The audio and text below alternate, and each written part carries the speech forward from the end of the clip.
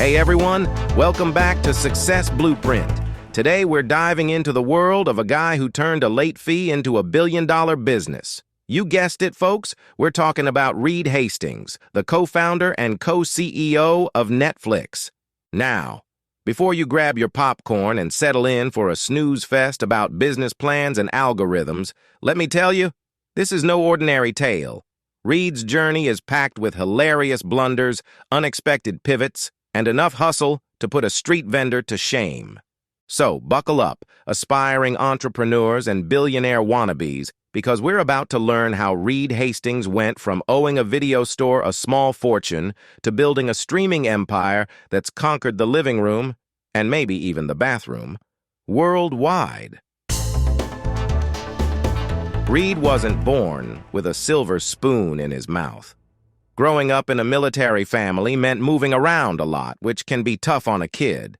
But hey, at least it instilled in him a sense of adaptability, a skill that would come in handy later. After a stint at the Marines, because apparently even future tech moguls have to answer the call of duty, Reed ended up at Stanford. Now, Stanford's a breeding ground for future tech titans. But even here, Reed wasn't exactly the star student. He actually almost flunked out. Can you believe it? Seems even the Netflix boss wasn't immune to a good old-fashioned college party or two. The late fee, the bane of every video store renter's existence. But for Reed, it was a spark, an epiphany. You see, he once got slapped with a hefty late fee for returning a copy of Apollo 13. Great movie, by the way. That got him thinking, there's gotta be a better way. And that, folks, is the origin story of Netflix. It wasn't some grand vision of disrupting the entertainment industry. It was a simple desire to avoid the wrath of the late fee gods. Reed, along with his buddy Mark Randolph, started Netflix in 1997 as a mail-order DVD rental service. Talk about niche. But here's the thing. They were onto something.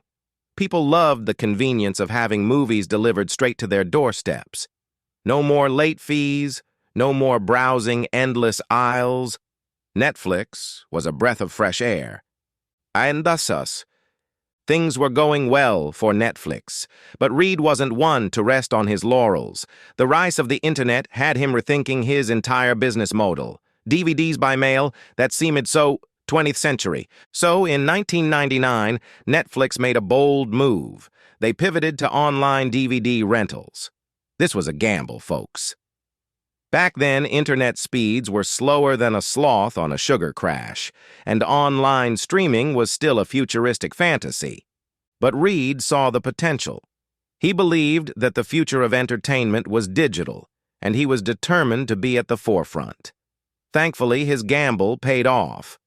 Netflix became the go-to platform for online movie rentals, amassing millions of subscribers along the way. But Reed wasn't done yet. He wanted more. He wanted to create a truly revolutionary experience. Enter Netflix Originals, folks. In 2013, Netflix took the internet by storm with the release of House of Cards. This wasn't just another TV show. It was the dawn of a new era, the era of binge-watching. By releasing entire seasons at once, Netflix flipped the script on traditional television. No more waiting a week for the next episode. Viewers could devour an entire season in one glorious weekend, or let's be honest, one sleep-deprived night. House of Cards was a critical and commercial success, paving the way for a slew of other binge-worthy Netflix originals. Stranger Things, Orange is the New Black, The Crown, the list goes on. Netflix became synonymous with quality television, changing the way people consume entertainment forever. Now, even the best CEOs make mistakes. Reed's biggest blunder? The infamous Qwikster debacle? In 2011, Netflix attempted to split its DVD rental and streaming services under separate brands. Netflix for streaming and Qwikster for DVDs. Let's just say it didn't go over well. Yeah, Qwikster. That name alone was a disaster. It sounded like something your grandma uses to clean her windows. But hey, even titans of industry have a blind spot for branding, I guess. Subscribers were furious. They felt like Netflix was trying to nickel and dime them, and the whole separation idea seemed clunky and unnecessary. The backlash was brutal. Social media exploded with memes mocking Qwikster, Netflix's stock price took a nosedive, and subscribers started canceling their memberships faster than you can say Blockbuster. Reed, to his credit, realized his mistake quickly. He did what any good leader should do. He admitted he screwed up. In a now famous blog post titled, "There is Only One Netflix," Reed apologized for the confusion and scrapped the Qwikster plan altogether. The Qwikster debacle was a humbling experience for Reed and Netflix. It showed them the importance of listening to their customers and the power of a strong brand identity. But here's the thing, folks. Even with its stumbles, Netflix has emerged as a global entertainment powerhouse. As of today, they boast over 200 million subscribers worldwide. That's a lot of people watching shows with questionable plot lines in their pajamas. No judgment here. So what can we learn from Reed Hastings' journey? Here are a few takeaways. Be adaptable. The business world is constantly changing. Don't be afraid to pivot and adjust your strategy based on new trends and technologies. Embrace innovation. Don't be afraid to take risks and try new things. The biggest breakthroughs often come from challenging the status quo. Listen to your customers. They're the lifeblood of your business. Pay attention to their feedback and concerns. Learn from your mistakes. Everyone makes them. The key is to own up to them and adjust course.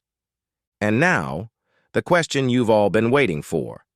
How can you replicate Reed Hastings' success? Well, the truth is, there's no one-size-fits-all formula. But here's what you can do. Find your passion. What are you truly excited about? Build your business around something you love. Develop a strong work ethic. Success doesn't come easy. Be prepared to hustle and grind. Learn from successful people like Reed Hastings. Read books, listen to podcasts like this one, and surround yourself with inspiring individuals. Remember, folks, becoming the next Netflix isn't easy, but with hard work, a little bit of luck, and maybe a good sense of humor to navigate the inevitable blunders, you too can build an empire. Even if it's just an empire of really comfy sweatpants and a never-ending queue of Netflix shows. That's it for this episode of Success Blueprint. If you enjoyed learning about Reed Hastings' journey, be sure to subscribe for more stories of inspiring entrepreneurs.